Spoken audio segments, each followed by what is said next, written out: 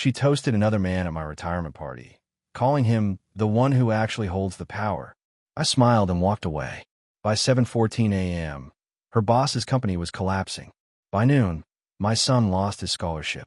By evening, I discovered she'd been selling our secrets for crypto.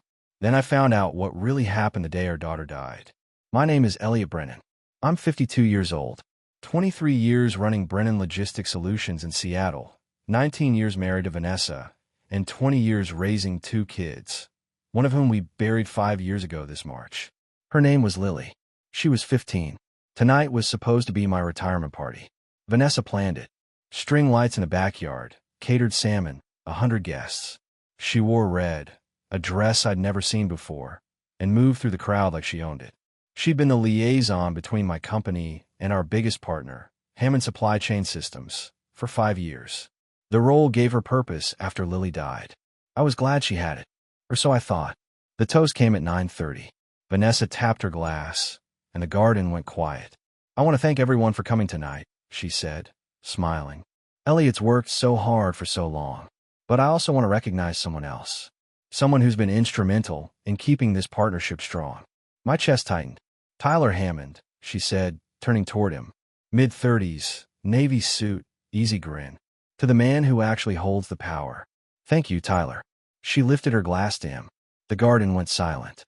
Then the laughter started, polite, nervous, some downright smug from Tyler's circle. I smiled. The kind people mistake for grace. Then I set my scotch down, turned, and walked back into the house. Not a single footstep followed me. Inside, I went straight to my study, opened the bottom drawer of my desk, and pulled out the black folder I hadn't touched in 6 months. Labeled in my own handwriting, disclosures. Power doesn't make toasts. It doesn't wear expensive suits. Power waits. And when it moves, it doesn't ask permission. I sat down and opened the folder. Every email Vanessa had forwarded to Tyler's personal Gmail over the past 8 months. Every FYI, and for context, that had slowly bled our strategic advantage to Hammond Supply Chain. Every breach of Clause 9.3 she didn't even know she was committing. I logged into the mirror inbox I'd created months ago, linked to Vanessa's company account. Completely legal. Completely invisible. I began drafting the email. Subject: violation of Joint Partnership Integrity Clause. Immediate review recommended. Attached: a 37-page PDF. Every violation, time-stamped, cross-referenced. Recipient: the Compliance Subcommittee at Hammond Supply Chain. The same board that had no idea their CEO had been sleeping with a married woman while receiving intel that should have triggered every alarm. I didn't hit send. I scheduled it for 7:14 a.m. Monday morning, the exact time I used to wake up for work. Outside, someone laughed. Might have been Vanessa. Might have been Tyler. I thought about Lily. About the last conversation we had before the accident. She said I loved my company more than I loved her. I told her that wasn't true, that I was building something for her future. She died 3 days later. Vanessa blamed me. Maybe she was right. I closed the laptop. The scheduled email sat in the outbox, a ticking clock neither of them could hear. Tomorrow morning, the power would shift. And this time it would be mine. The party wound down like a drunk uncle. Loud, staggering, full of bad decisions. Most guests left by 10. A few lingered around the fire pit, their laughter drifting through the cracked patio door, just loud enough to remind me I wasn't part of any real conversation tonight. I stayed in my study, lights off, staring at the screen. The folder sat open on my desk. 37 pages of documentation, each one a small detonation waiting to happen. But as I scrolled through the exhibits again, something else caught my eye. Something I'd flagged weeks ago, but hadn't fully processed until now. A transaction record, buried in Vanessa's personal bank statements, the ones I still had access to from our joint accounts. A series of deposits over the past 8 months. Always the same amounts, 5,000, 10,000, 15,000. Never consistent enough to establish a pattern, but frequent enough to add up. $183,000. I cross-referenced the dates with the emails she'd sent Tyler. Every deposit came within 48 hours of a major document transfer. Market entry plans, competitor analysis, revenue forecasts for Q3 and Q4. She wasn't just having an affair. She was selling our company's intelligence. My hands tightened on the edge of the desk. This wasn't about romance or feeling appreciated or whatever bullshit justification she'd probably rehearsed in her head. This was transactional, cold, calculated. I pulled up the cryptocurrency wallet address I'd found in her browser history last month. She'd been sloppy, left it open on her laptop one morning when she rushed out for a meeting. The wallet showed incoming transfers matching the exact amounts in her bank account. Payments from an anonymous sender, routed through 3 different exchanges to obscure the origin. But I traced it. Took me 2 weeks and a contact in the fintech world who owed me a favor, but I traced it. The source, a shell company registered in Delaware. Owner of record, Hammond Supply Chain Systems. Tyler had been paying her.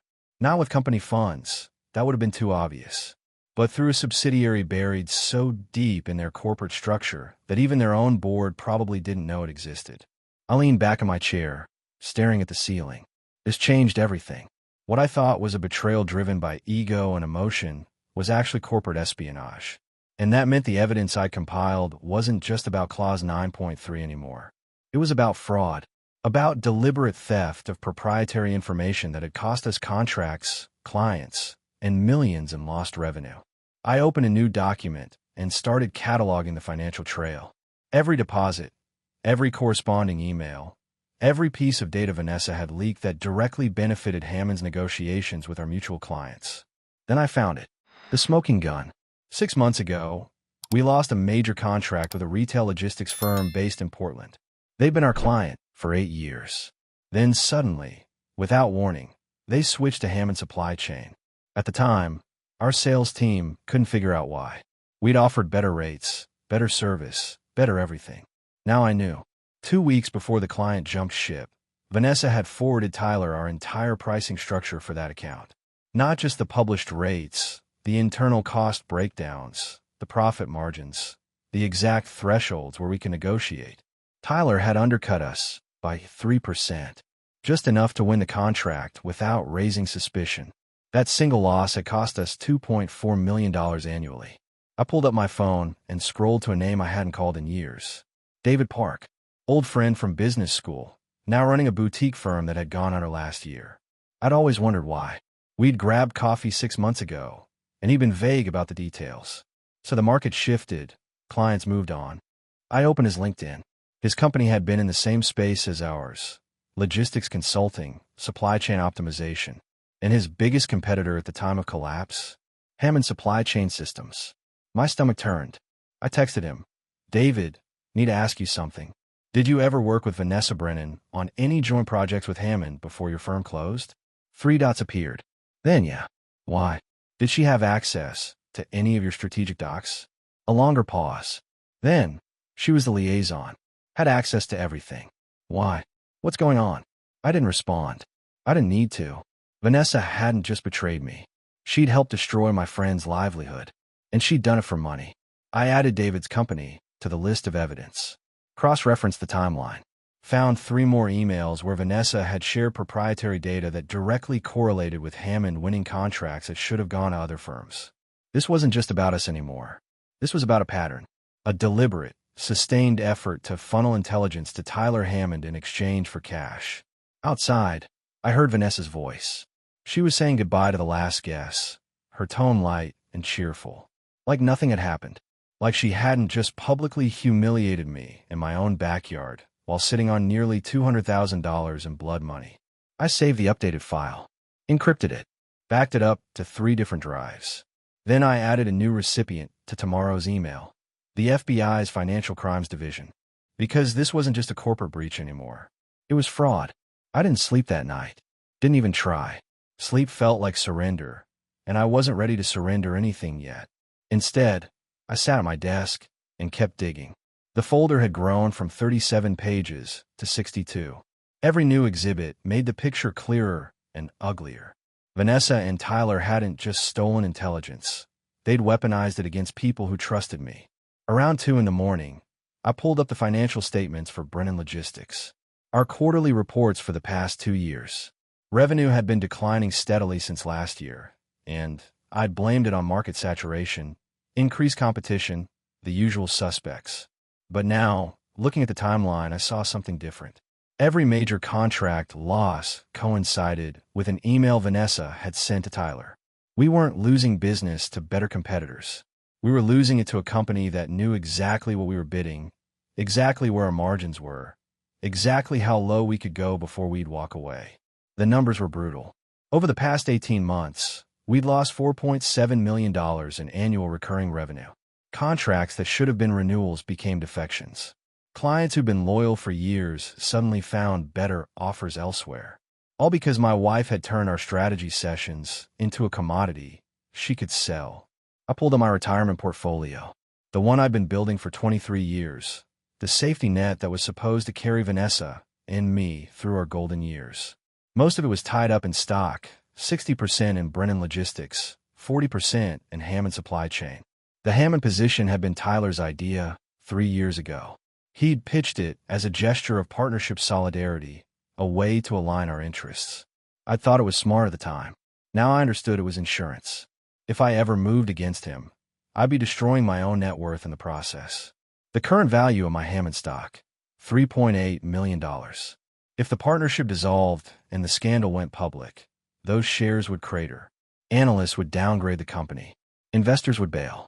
I'd be lucky to recover 40 cents on the dollar. I did the math. A 60% loss meant losing $2.3 million from my retirement. I stared at the number for a long time. Then I opened the email draft and confirmed the scheduled send time. 7:14 a.m. Monday morning. Some prices are worth paying. I heard movement upstairs. Vanessa, probably waking up to use the bathroom. Her footsteps crossed the ceiling above me, soft and oblivious. I thought about David Park again. About the text he'd sent me an hour ago when he couldn't sleep either. If you've got something on Hammond, use it. That company destroyed everything I built. I lost my house, Russell. My marriage fell apart. I'm working at a warehouse now, just to pay child support. David had 2 kids, both under 10. He'd been a managing partner at a firm that employed 30 people. Now he was driving a forklift in Tacoma. Because Vanessa had handed Tyler the keys to his entire business strategy. I added David's story to the email, not as an exhibit, as context. A real-world consequence of what corporate espionage actually looked like when it landed on someone's life. The folder was complete now. 62 pages of violations. Financial records showing $183,000 in payments. A timeline of contracts lost and competitors destroyed. Testimonials from people whose businesses had been gutted. And buried in the final exhibit, the detail I knew would detonate everything. The crypto wallet traced back to a Fletcher subsidiary that Tyler had created without board approval. He'd been running a black op inside his own company, paying my wife with company resources he'd hidden from his investors, his board, his compliance team. That wasn't just a breach of partnership. It was fraud, embezzlement, the kind of thing that ended careers and started criminal investigations. I attached one last document to the email. My resignation letter from Brennan Logistics, effective immediately. If I was going to burn it all down, I wasn't going to do it while pretending to still be part of the system. Then I leaned back and looked at the clock. 4:47 a.m. In less than 3 hours, the email would send. Tyler would wake up to a phone call from his board's compliance attorney. Vanessa would realize the walls were closing in. And I would be sitting here, watching the life I'd built for 2 decades collapse into ash. But at least it would be honest ash. At least it would be mine. Monday morning broke cold and gray, the kind of Seattle drizzle that felt like the city was crying on your behalf. I've been awake for 31 hours straight, running on black coffee and the kind of clarity that only comes from burning every bridge you've ever crossed. At 7:14 a.m., my laptop chimed softly. Message sent. I closed my eyes and exhaled. It was done. Vanessa was still asleep upstairs. She'd stayed out late Sunday, probably with Tyler, probably celebrating a party they thought had gone perfectly. I'd heard her coming around too, stumbling slightly, humming some song I didn't recognize. I made a fresh pot of coffee and waited. The first call came at 7:52 a.m. My phone lit up with a Seattle number I didn't recognize. I didn't answer. 30 seconds later, a voicemail. Mr. Brennan, this is Laura Vickers from Hammond Supply Chain's legal department. We need to speak with you urgently regarding a compliance matter. Please return this call immediately. I deleted it. The second call came at 8:11 a.m. Vanessa's phone, vibrating on the kitchen counter, where she'd left it charging overnight. I glanced at the screen. Tyler Hammond. I let it ring. Then, at 8:19 a.m., my son's name flashed across my phone. Owen. My stomach dropped. I answered. Dad. His voice was tight, confused. What the hell is going on? What do you mean? I just got an email from the University Financial Aid Office. My scholarship's been revoked. They said the funding source withdrew support effective immediately. That scholarship was from Hammond Supply Chain, Dad. What'd you do? I gripped the counter. I'd known this was coming. I'd run the scenario in my head a dozen times. But hearing the panic in my son's voice made it real in a way spreadsheets couldn't. Owen, I need you to listen to me. Do you know how much that scholarship was worth? $40,000 a year. I'm halfway through spring semester. How am I supposed to pay for this? I'll cover it. With what? He shot back. You just retired. And now I'm hearing rumors online that there's some kind of investigation in a mom's company. Dad, what the hell did you do? I closed my eyes. Your mother made some choices. I'm dealing with the consequences. By destroying my education. By protecting what's left of our family's integrity. He laughed, sharp and bitter. Integrity? You just cost me my degree because you couldn't handle Mom working with someone else. That's not integrity, Dad. That's vindictive. The line went dead. I stood there, phone in hand, staring at the dark screen. Owen didn't know. He didn't know about the affair, the payments, the corporate espionage. All he saw was his father blowing up his future over a toast at a party. And I couldn't tell him. Not yet. Not until the legal process played out and the truth became public record. If it ever did. Upstairs, I heard Vanessa's phone start ringing. Then her footsteps, fast and urgent. She answered on the second ring. Tyler.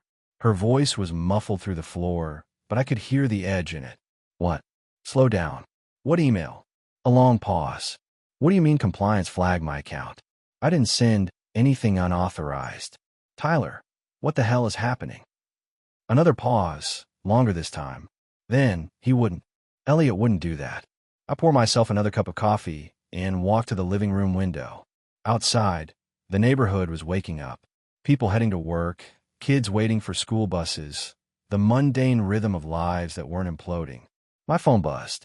A text from an unknown number. This is David Park.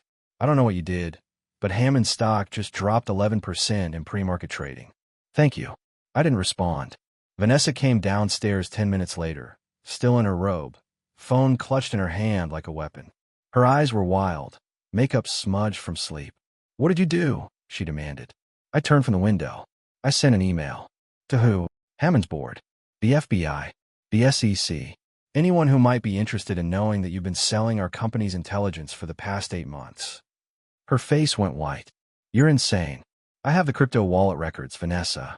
I have emails. I have every document you sent to Tyler, every deposit that followed, every client we lost because you handed him our playbook. You want to call me insane? Go ahead. But we both know what you are. She opened her mouth, closed it, then whispered, Owen's scholarship is gone. Yes. He needed that. Then you shouldn't have sold us out to the man funding it. Her hands trembled. Elliot, if you think this makes you some kind of hero, I don't. I set my coffee down and looked at her directly.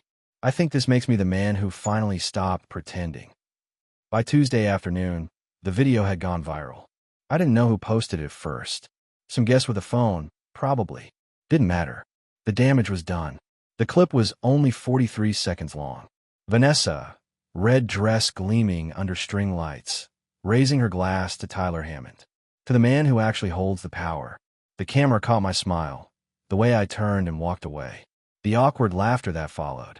Someone had titled it, Wife Thanks Another Man at Husband's Retirement Party. 2.3 million views in 18 hours.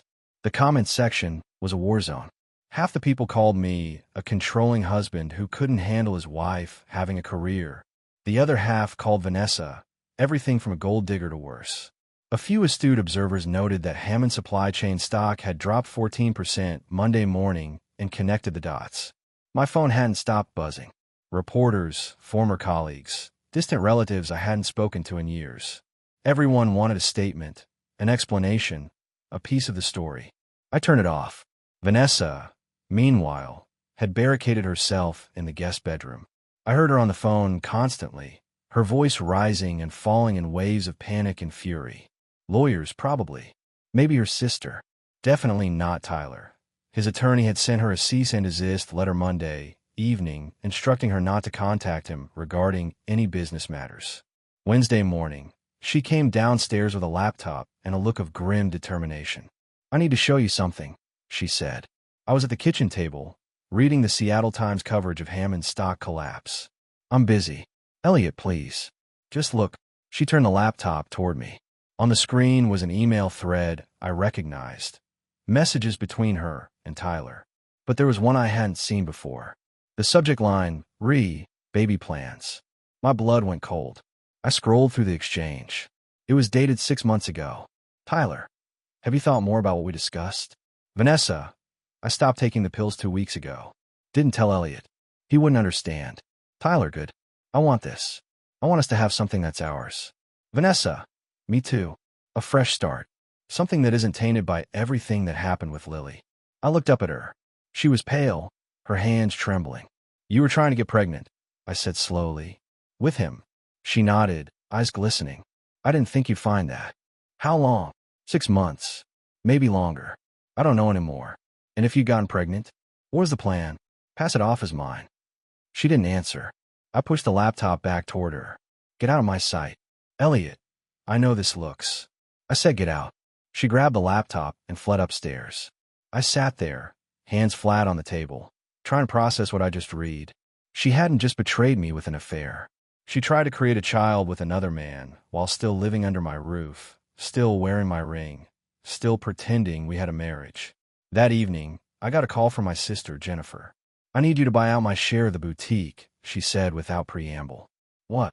"The business I co-own with Vanessa. I can't do this anymore. Elliot, the scandal's killing us. We've had 3 vendors pull contracts this week. Customers are leaving reviews, calling us homewreckers. I've got $80,000 tied up in that place, and I need out before it's worth nothing." "Jennifer, I don't have $80,000 liquid right now. Them are closing it," she said flatly, "because I'm not staying in business with a woman who tried to destroy my brother's life. Figure it out, Elliot.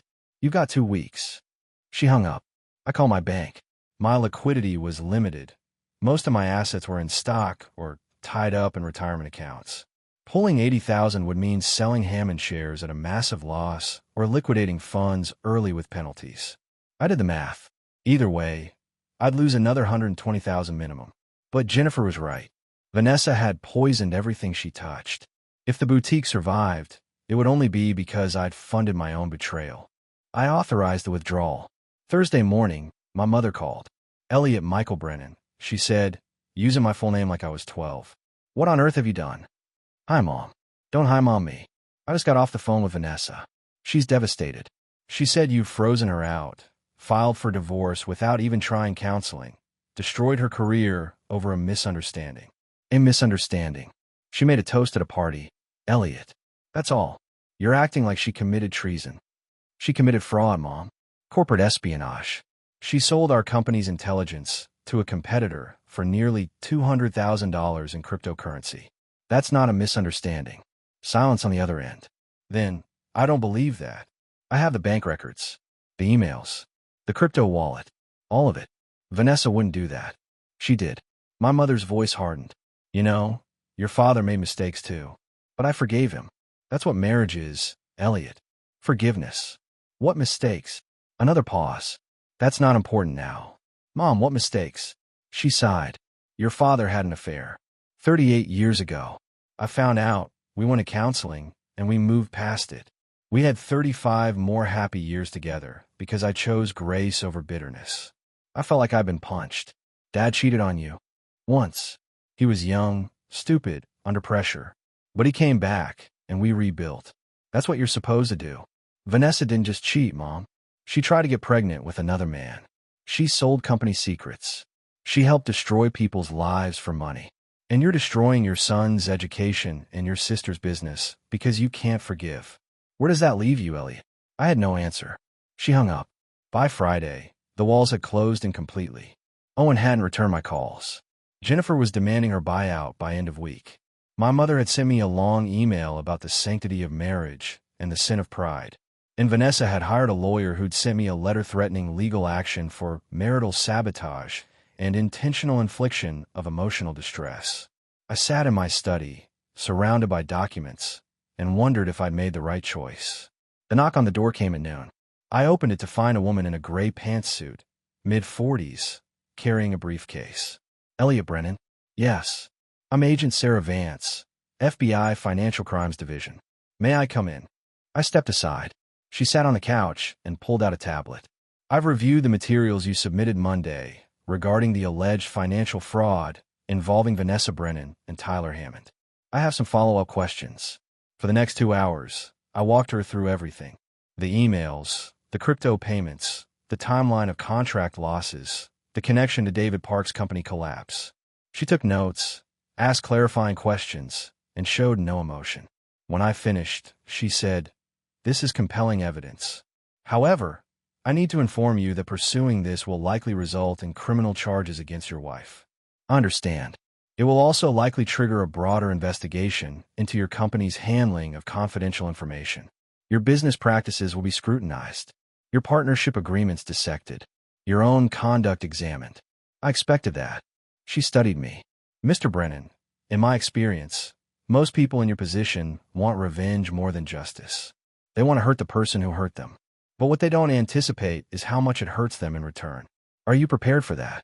I thought about Owen's voice on the phone, bitter and betrayed. About Jennifer losing her business. About my mother's disappointment. About the retirement I'd planned, now evaporated. "No," I said honestly. "But I'm doing it anyway."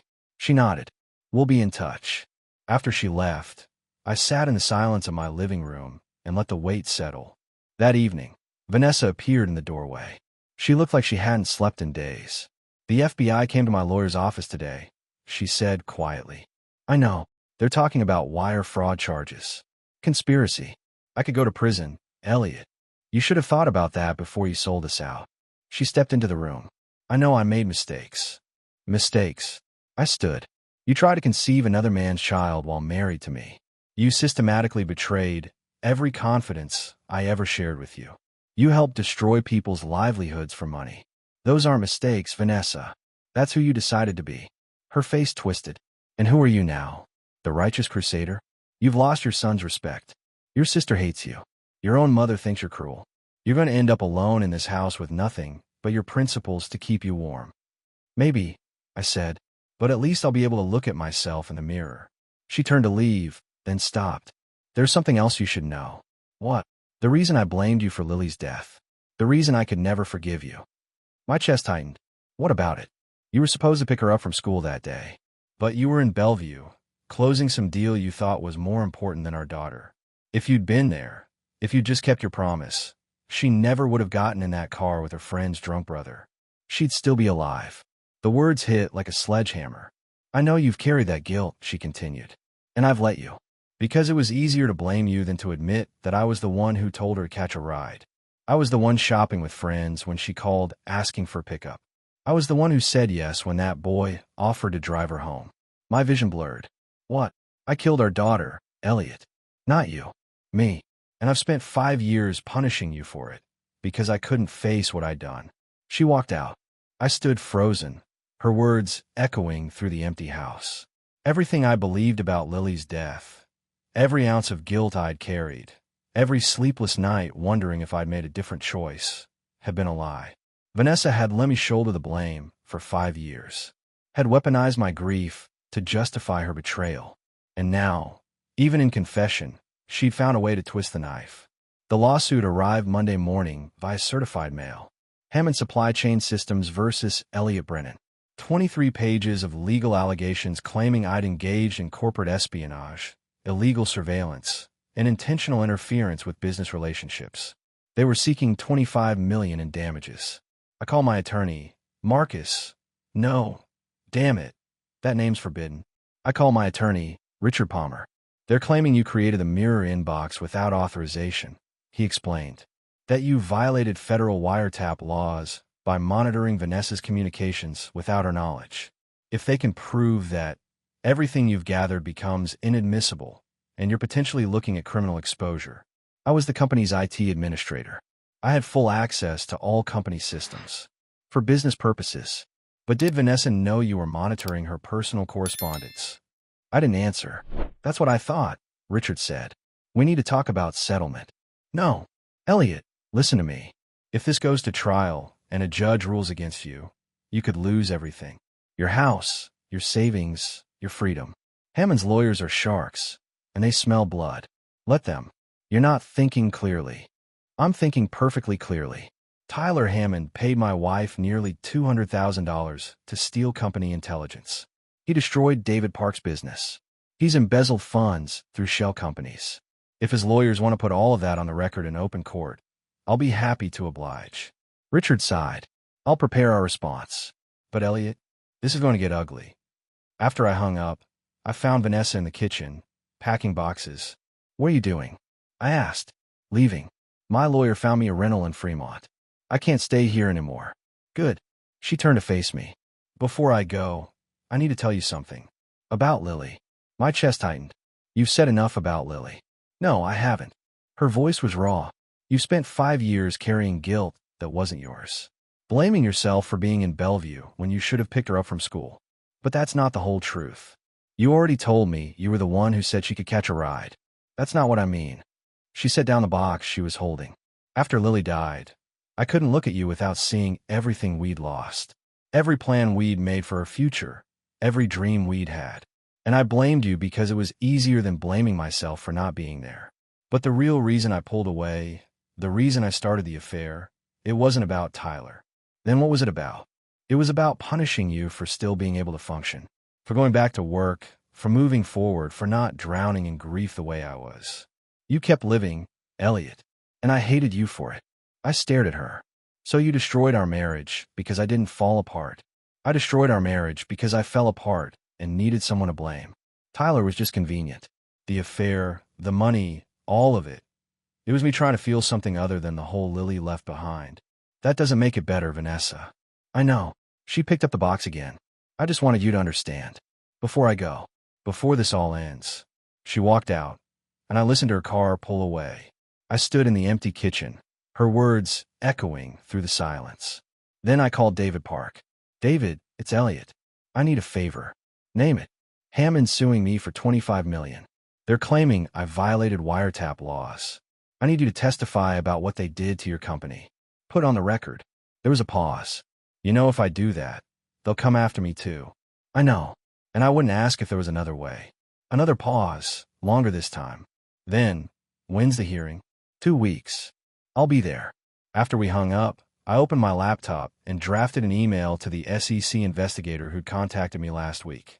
In it, I outlined every piece of evidence I had regarding Tyler's shell company, the payments to Vanessa, the systematic theft of proprietary information. Then I added something new, a list of every other company that had lost major contracts to Hammond over the past 3 years. 8 firms in total, including David's. I attached financial records showing the correlation between those contract losses and suspicious activity in Hammond's corporate filings. Subject line, pattern of fraudulent business practices, expanded evidence. I hit send. If Tyler wanted a war, I'd give him one. But it wouldn't be fought in the shadows anymore. It would be public, documented, and permanent. The hearing was set for March 15th, 2 weeks after the lawsuit landed. Richard advised me to dress conservatively, speak only when spoken to, and avoid making eye contact with Tyler or his legal team. I ignored all 3 suggestions. I wore the same Navy suit I'd worn to my retirement party, sat in the front row of the gallery where Tyler couldn't avoid seeing me. And when his lead attorney stood to argue their motion to suppress evidence, I stared directly at Tyler until he looked away. The courtroom was smaller than I expected. Judge Patricia Hoffman presided, mid-60s, with the kind of sharp eyes that suggested she'd heard every excuse and believed none of them. Tyler's attorney, a man named Gregory Stone, argued for 40 minutes. His central claim, I'd violated federal wiretap statutes by monitoring Vanessa's email without her consent. He cited case law, precedent, statutory language. He painted me as a controlling husband who'd used corporate resources to spy on his wife's personal life. When he finished, Judge Hoffman turned to Richard. Counselor, Richard stood. Your Honor, Mr. Brennan was the IT administrator for Brennan Logistics Solutions. He had full authorization to monitor all company email accounts for security and compliance purposes. Mrs. Brennan's email was a company account, issued by the company, governed by company policy. There is no reasonable expectation of privacy in a corporate email system. But the content of those emails was personal in nature, Stone interrupted. The content is irrelevant. Richard shot back. Mrs. Brennan used company resources to conduct an extramarital affair and transmit confidential business information to a competitor. Those actions are what triggered the monitoring, not Mr. Brennan's personal grievances. Judge Hoffman leaned back. Mr. Stone, do you have evidence that Mr. Brennan's monitoring was motivated solely by marital discord rather than legitimate business concerns? Stone hesitated. The timing suggests. I asked for evidence, not speculation. Stone shuffled papers. We're prepared to call Mrs. Brennan to testify about the nature of their relationship and her husband's controlling behavior. Your Honor, Richard said quickly, if Mrs. Brennan testifies, we'll introduce evidence of the $183,000 she received in cryptocurrency payment from Hammond Supply Chain in exchange for proprietary information. We'll also call witnesses whose businesses were destroyed by intelligence she provided. This isn't a domestic dispute. It's a criminal conspiracy. The courtroom went silent. Judge Hoffman looked at Stone. Do you wish to proceed with calling Mrs. Brennan? Stone glanced at Tyler, who shook his head almost imperceptibly. No, Your Honor. Then I'm denying your motion to suppress. Judge Hoffman said. The evidence was obtained through legitimate business monitoring. Whatever marital issues exist between Mr. and Mrs. Brennan are separate from the question of corporate malfeasance. Motion denied. We'll reconvene in 30 days for a full hearing on the merits. She banged her gavel. Tyler stood abruptly and left the courtroom without looking at me. Outside, Richard clapped me on the shoulder. That was closer than I'd like, but we won the first round. What happens now? Now they try to settle. They know if this goes to full trial, everything comes out. The payments, the fraud, all of it. They'll offer you money to make it go away quietly. And if I refuse, then we go to war. That evening, I got a call from an unknown number. Mr. Brennan, this is Jessica Hartwell, Compliance Director at the SEC. We've reviewed your supplemental filing regarding Hammond Supply Chain. I wanted to inform you that we're opening a formal investigation into their corporate practices. We'll need you to sit for a deposition within the next 2 weeks. I'll be there. One more thing. We've identified irregularities in at least 6 other companies that lost major contracts to Hammond over the past 3 years. Your evidence suggests a pattern of systematic fraud. If our investigation confirms that, this could result in criminal referrals. I closed my eyes. Thank you. After we hung up, I sat on my porch and watched the rain fall over Seattle. Somewhere across the city, Tyler Hammond was probably getting the same phone call from his own attorney, learning that the SEC was coming for him, realizing that the empire he'd built on stolen intelligence was about to collapse. I didn't feel victorious. I felt tired, but I also felt something else. Something I hadn't felt in 5 years. Honest. The SEC investigation moved faster than anyone expected. By April, federal agents had executed search warrants on Hammond Supply Chain's headquarters in Bellevue. They seized servers, financial records, 3 years of communications logs. Tyler's shell company in Delaware was exposed. The cryptocurrency payments traced back to corporate accounts he'd hidden from his own board.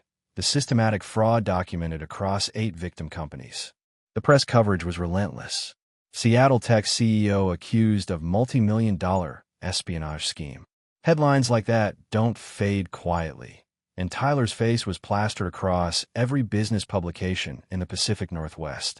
Hammond stock collapsed, down 63% in 2 weeks. Institutional investors bailed. The board held an emergency session and voted unanimously to remove Tyler as CEO. They launched their own internal investigation, trying to salvage what remained of the company's reputation. Criminal charges followed: wire fraud, conspiracy, embezzlement of corporate funds. The indictment was 47 pages long. Tyler's attorney reached out to Richard with a settlement offer in May. Dropped the civil suit, and Tyler would cooperate with federal prosecutors in exchange for a reduced sentence. They offered me $2 million to make it all go away, quietly. I refused. Let him face everything he did. I told Richard. No deals. No settlements. I want this on the record. Vanessa's situation was more complicated. The FBI offered her immunity in exchange for testimony against Tyler. Her lawyer advised her to take it. She did. I watched her testify in June. She looked smaller, somehow diminished. The red dress confidence was gone, replaced by a gray pantsuit and trembling hands. She detailed every payment, every leaked document, every meeting where she and Tyler had coordinated their strategy. The jury looked at her with contempt. Not sympathy, contempt. The divorce finalized the same week. The employment contract I'd written years ago was airtight. Breach of confidentiality voided all spousal claims, all community property rights. She walked out of the courtroom with nothing but her car and whatever personal items she'd taken to Fremont. She moved back to her parents' house in Spokane 2 weeks later. I heard this from Owen, who'd driven up to help her pack. Jennifer's boutique closed in July. The scandal had poisoned the business. Vendors pulled contracts. Customers stopped coming. She couldn't afford the buyout I'd offered, and without Vanessa's financial contribution, the lease became unsustainable. She sent me a text. I hoped destroying her was worth losing me too. I didn't respond. Owen came home in late July, between his junior and senior year. We sat on the back porch where the party had been, drinking beer in uncomfortable silence while the Seattle twilight settled around us. "I'm sorry," he said finally, "for what I said on the phone. For thinking you did this out of spite. You didn't know the whole story. I should have trusted you." He stared at his beer bottle. "Mom called me last week. From Spokane." She sounded completely lost, like she doesn't know who she is anymore. "She made her choices." "I know, but she's still my mom, you know. Does it make me disloyal if I still care about her?" "No," I said quietly. "It makes you a better person than I am." He shook his head. "You paid for my entire year when the scholarship disappeared. $40,000 you didn't have to spend. You could have let me drop out, could have let Tyler's revenge hit me too. But you didn't. You earned that degree, Owen. I wasn't going to let him take it from you." We sat in silence for a while, listening to the distant sound of traffic on I-5. "What happens now?" he asked. "With you, I mean." I looked out at the garden, still recovering from the party that had destroyed everything. The roses were growing back, fuller than before. The fountain ran clear again. "I rebuild," I said. "Smaller, quieter, maybe some consulting work, maybe nothing for a while. Sounds lonely, maybe, but it's honest. And honest is something I haven't been able to say about my life in a long time." He nodded, understanding more than I'd given him credit for. "For what it's worth, Dad, I think you did the right thing." 18 months after the party, I stood in the same garden where everything had fallen apart. The roses had grown back fuller, wilder. The fountain ran clear, its gentle splashing the only sound besides wine through the trees. The string lights were gone. I'd taken them down myself the week after Vanessa left. What remained was just open sky and the honest simplicity of nature reclaiming what had been too carefully manicured. Tyler Hammond was in the second year of a 7-year sentence at a federal facility in Sheridan, Oregon. The trial had lasted 3 weeks. Prosecutors had presented every email, every payment, every destroyed business in excruciating detail. The jury deliberated for 4 hours before returning guilty verdicts on all counts. His empire was gone. Hammond's supply chain had filed for bankruptcy protection 6 months after his conviction. The investors had scattered. The employees, over 300 of them, had lost their jobs. I felt responsible for that sometimes. Then I'd remember the 8 companies Tyler had destroyed, the hundreds of other jobs he'd eliminated through fraud, and the responsibility would shift back where it belonged. Vanessa never went to prison. Her immunity deal held, but her life had collapsed anyway. According to Owen, she was working retail in Spokane, living with her parents at 45, trying to rebuild from absolute zero. Her name was toxic in the business world. No company would touch her. Owen had told me she'd asked about me once. Wanted to know if I was happy. He said he told her he didn't know. The truth was more complicated than happy or unhappy. I'd sold Brennan Logistics to a private equity firm in Boston for a decent price, considering the scandal. Enough to live comfortably, invest conservatively, and ensure Owen graduated debt-free. I didn't miss running the company. Didn't miss the stress, the politics, the constant pressure to grow. What I missed was the version of myself who believed hard work and loyalty would be rewarded with loyalty in return. That man was gone. In his place was someone harder, clearer, less willing to trust appearances. David Park had testified at Tyler's trial, stood on that witness stand and detailed how Hammond had stolen his business model, undercut his pricing, and systematically destroyed everything he'd built. The jury had listened in silence, and I'd seen several of them glance at Tyler with disgust. David and I had coffee once a month now.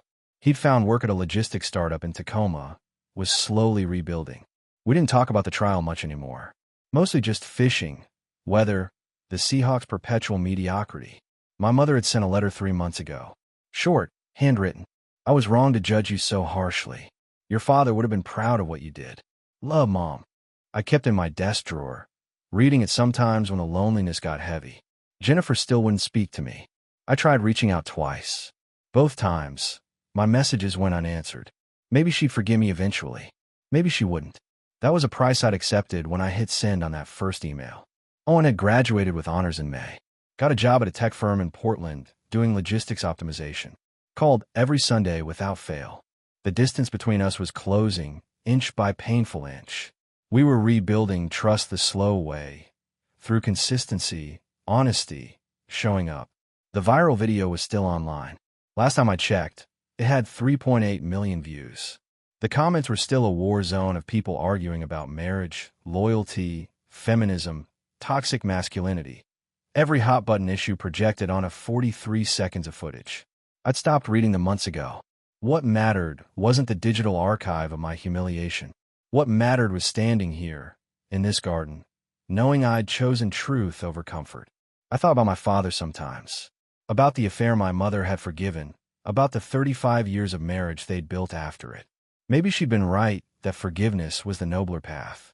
But forgiveness requires genuine remorse, and Vanessa had only shown regret when the consequences became unavoidable. That's not the same thing. I'd lost my wife, my sister, parts of my relationship with my son. I'd lost the retirement I'd planned, the comfortable future I'd envisioned. The cost had been brutal and comprehensive. But I'd gained something too, the ability to look in the mirror without flinching. The knowledge that when everything collapsed, I hadn't compromised who I was to make it easier. Some men spend their whole lives pretending, building empires on foundations they know are rotting, smiling through toasts that gut them, accepting betrayals because exposing them costs too much. I'd been one of those men for too long. The evening settled over Seattle, gray and cool. I walked back into the house, my house, paid for in mine. The silence inside was my own. No more performances. No more pretending. Just the quiet truth of a life rebuilt on solid ground.